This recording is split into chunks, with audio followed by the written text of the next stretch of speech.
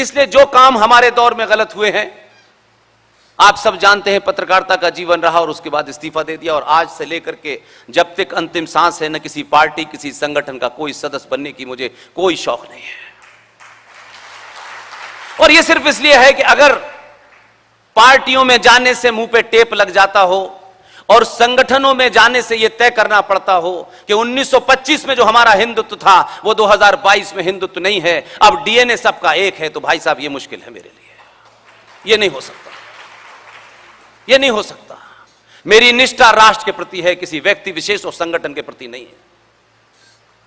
इसलिए हम सबसे पहले जो लोग भी इस सभागार में बैठे हैं, बहुत बुजुर्ग लोग हैं, मेरे दादा की उम्र के होंगे, मेरे पिता की उम्र होंगे, मेरे बड़े भाइयों की उम्र के होंगे। मेरी विनम्र विनती है, अगर आप आज भी युद्ध जो हो रहा है उसको नहीं देखना चाहते और उस युद्ध से बचने के नए नए जुमले निकालना चाहते हैं, तो आपकी मौत निश्चित है।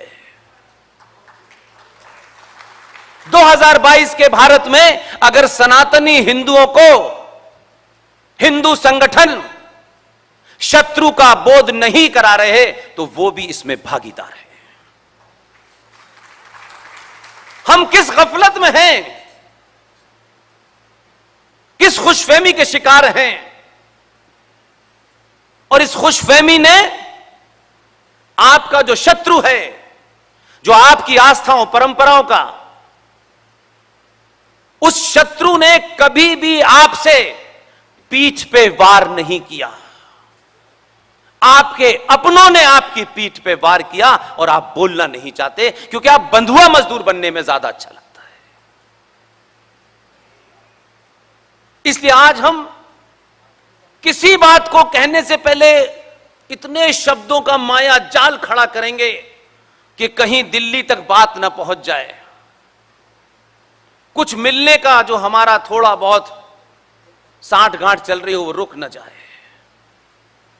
आप किसी पार्टी के सदस्य हो सकते हैं, किसी सरकार के अंग हो सकते हैं।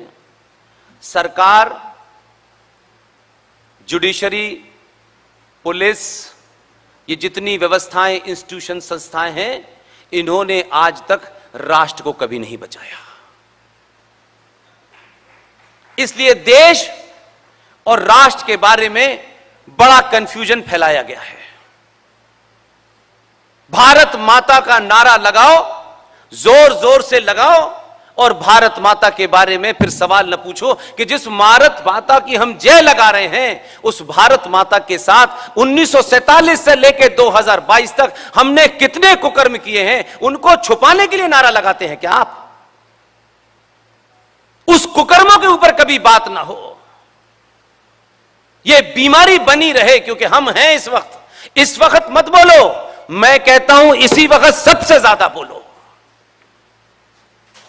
ये जो क्षण हैं ये बार बार नहीं आते इतिहास में।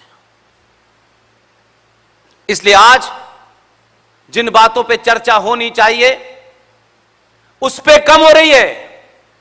पड़ोसी पे पत्थर फेंकते फेंकते हम 70 साल में यहां चले आए। हमें क्या करना है, हमने क्या गलतियां की थी, उसके बारे में चर्चा क्यों करेंगे? क्योंकि उस पर तो सवाल खड़ा हो जाएगा। इसलिए मैं 2000 भारत के युवाओं के सामने कोई झूठ इसलिए बोलना नहीं चाहता कि आज की संचार क्रांति के अंदर सबसे ज्यादा अगर कोई अलर्ट है तो वो 20 से 22 साल का युवा है, 18 साल का युवा है।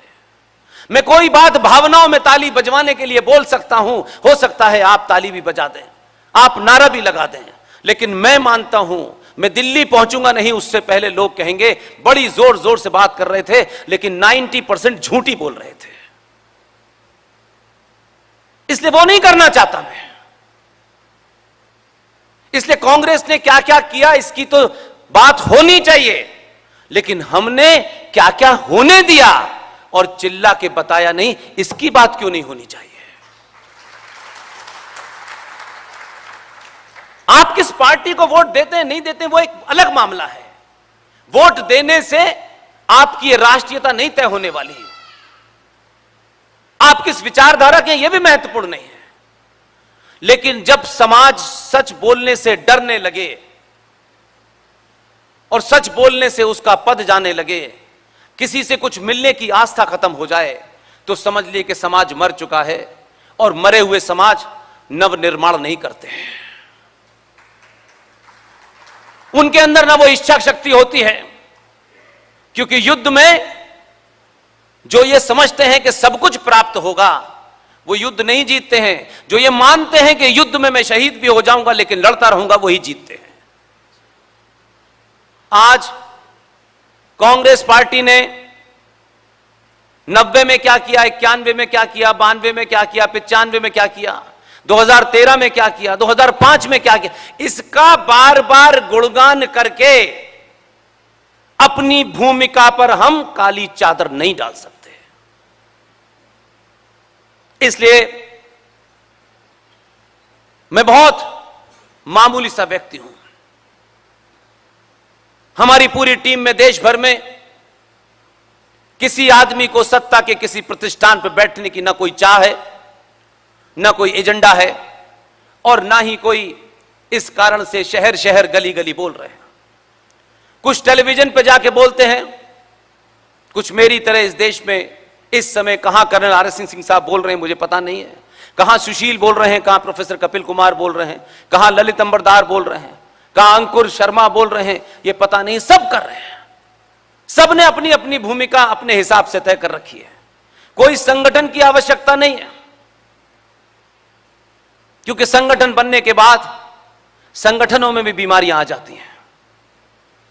इसलिए सारे एक्सपीरियंस बताते हैं कि अगर तथ्यों पे, तर्कों पे अपनी बात एक आदमी के सामने कहें, 10,000 आदमियों के सामने कहें, अगर आपकी बात में जान होगी, वजन होगा, तो आपकी जात क्या है, आपका पद क्या है, आप किस संगठन में हैं, आप कौन सा कपड़ा पहनते हैं, यह महत्व नहीं है। सारा देश आपके साथ खड़ा हो जाता है। हमने इमरजेंसी की बात की अभी, लेकिन इमरजेंसी के बाद जो सरकार बनी, उस सरकार में हमारे लोग भी शामिल थे। उन्होंने जो जघन्य अपराध किया उस पर बात नहीं होनी चाहिए।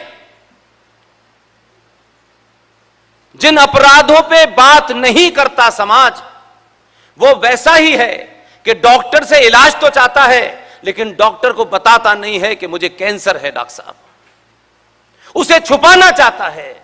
डॉक्टर कैसा भी बुला लीजिए, बिना बीमारी को बताए, आपकी हिस्ट्री को जाने बगैर डॉक्टर सही इलाज नहीं करेगा। 78 में चाहे 2 ही थे या 90 थे, इस गिनती का महत्व नहीं है।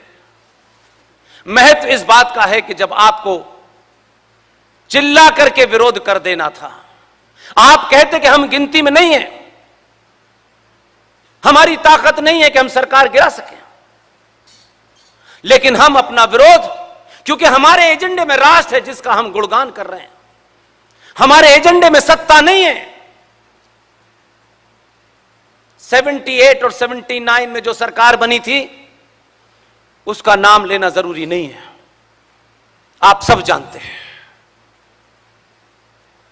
आज हम 1993 की घटना के बारे में मैं बहुत बोलता हूं, 92 में क्या हुआ, 91 में क्या हुआ, 95 खूब बोलता हूं, और यह सवाल करता हूं मैं कि जिन्होंने वो महापाप हुआ, आप उस वक्त संसद में गिनती में कितने थे?